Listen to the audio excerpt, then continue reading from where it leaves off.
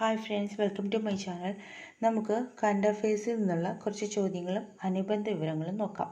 Okay, അപ്പോൾ ആദ്യത്തെ ചോദ്യം, 2023 സെപ്റ്റംബറിൽ ആഫ്രിക്കൻ രാജ്യങ്ങളുടെ ആദ്യ കാലാവസ്ഥ ഉച്ചകോടി നടന്നത് എവിടെയാണ്? Nairobi, Kenya. ഇപ്പോൾ 2023 സെപ്റ്റംബറിൽ ആഫ്രിക്കൻ രാജ്യങ്ങളുടെ ആദ്യ കാലാവസ്ഥ ഉച്ചകോടി നടന്നത് എവിടെയാണ്? കെനിയയിലെ നെയ്റോബിയിലാണ്. 2023 സെപ്റ്റംബറിൽ ആഫ്രിക്കൻ രാജ്യങ്ങളുടെ ആദ്യ കാലാവസ്ഥ ഉച്ചകോടി നടന്നത് എവിടെയാണ്? Nairobi, Kenya.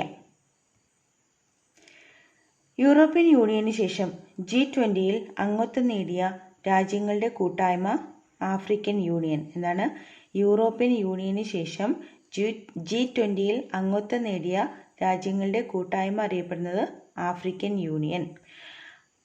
55 രാജ്യങ്ങളുടെ കൂട്ടായ്മയായ ആഫ്രിക്കൻ യൂണിയൻ 2002 ജൂലൈ 9 നിലവിൽ വന്നത്. എന്താണ്?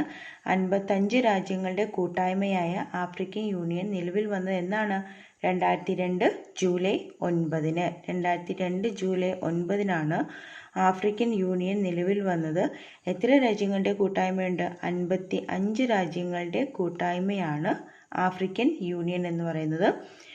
എത്യോപ്യയിലെ ആഡിസ് അബാബയാണ് ആഫ്രിക്കൻ യൂണിയന്റെ ആസ്ഥാനം. എവിടെയാണ്? എത്യോപ്യയിലെ ആഡിസ് അബാബയാണ് ആഫ്രിക്കൻ യൂണിയന്റെ ആസ്ഥാനം. കോമറോസ് പ്രസിഡന്റ് കൂടിയായ അസാലി അസൗമനിയാണ് ആഫ്രിക്കൻ യൂണിയന്റെ ഇപ്പോഴത്തെ അധ്യക്ഷൻ. അപ്പോൾ ആഫ്രിക്കൻ യൂണിയന്റെ അധ്യക്ഷൻ ആരാണ്? അസാലി അസൗമനിയാണ്. ഇദ്ദേഹം എവിടുത്തെ പ്രസിഡന്റാണ്? കോമറോസ് പ്രസിഡന്റ് ആണ്. അപ്പോൾ കോമറോസ് പ്രസിഡന്റ് കൂടിയായ അസാലി അസൗമനിയാണ് ആഫ്രിക്കൻ യൂണിയന്റെ ഇപ്പോഴത്തെ അധ്യക്ഷൻ.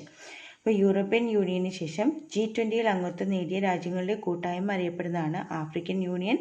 എത്ര രാജ്യങ്ങളുണ്ട്? 55 രാജ്യങ്ങളുടെ കൂട്ടായ്മയായ ആഫ്രിക്കൻ യൂണിയൻ 2002 ജൂലൈ 9 നിലവിൽ വന്നത്.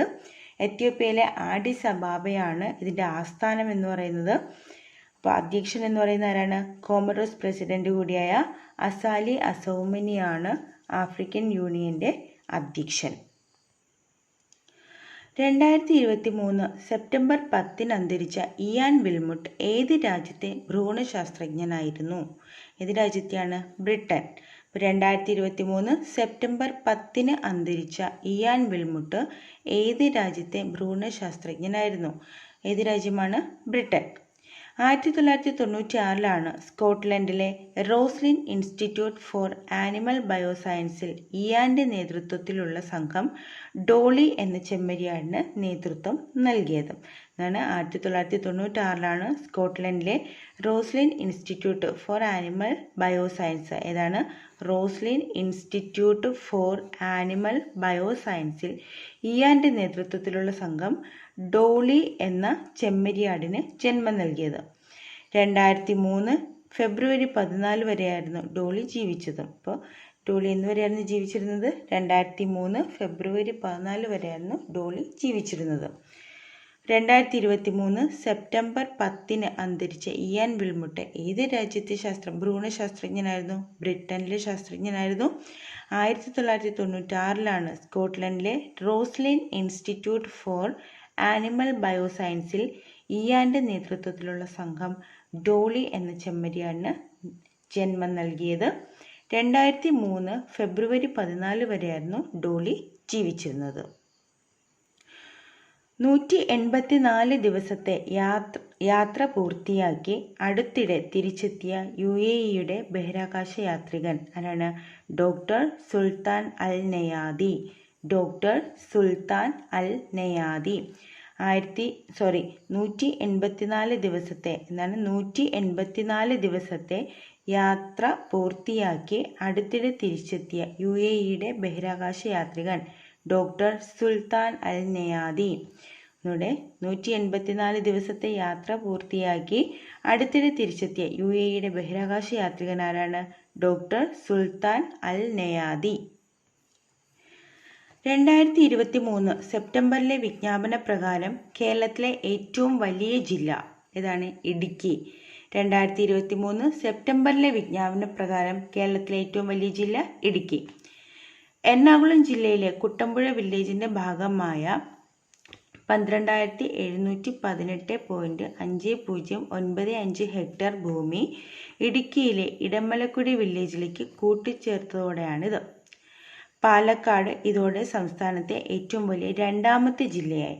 അപ്പോൾ കേരളത്തിലെ നേരത്തെ ഏറ്റവും വലിയ ജില്ല എന്ന് പറയുന്നത് പാലക്കാടായിരുന്നു. പക്ഷേ എറണാകുളം ജില്ലയിലെ കുട്ടമ്പുഴ വില്ലേജിൻ്റെ ഭാഗമായ 12,718.5095 ഹെക്ടർ ഭൂമി ഇടുക്കിയിലെ ഇടമലക്കുടി വില്ലേജിനോട് കൂട്ടിച്ചേർത്തതോടുകൂടി ഇടുക്കിയാണ് കേരളത്തിലെ ഏറ്റവും വലിയ ജില്ലയായത്. അപ്പോൾ 2023 സെപ്റ്റംബറിലെ വിജ്ഞാപന പ്രകാരം കേരളത്തിലെ ഏറ്റവും വലിയ ജില്ല ഏതാണ്? ഇടുക്കിയാണ്.